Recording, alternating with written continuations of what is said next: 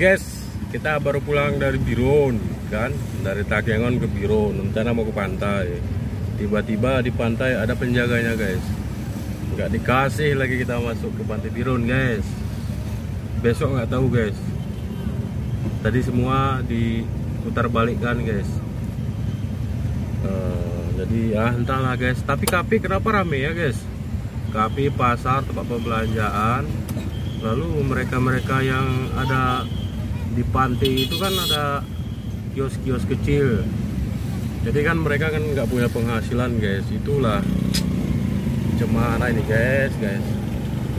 Oke lah guys, balik aja ke Takengon kita guys. Ini guys, lawan arus nih guys.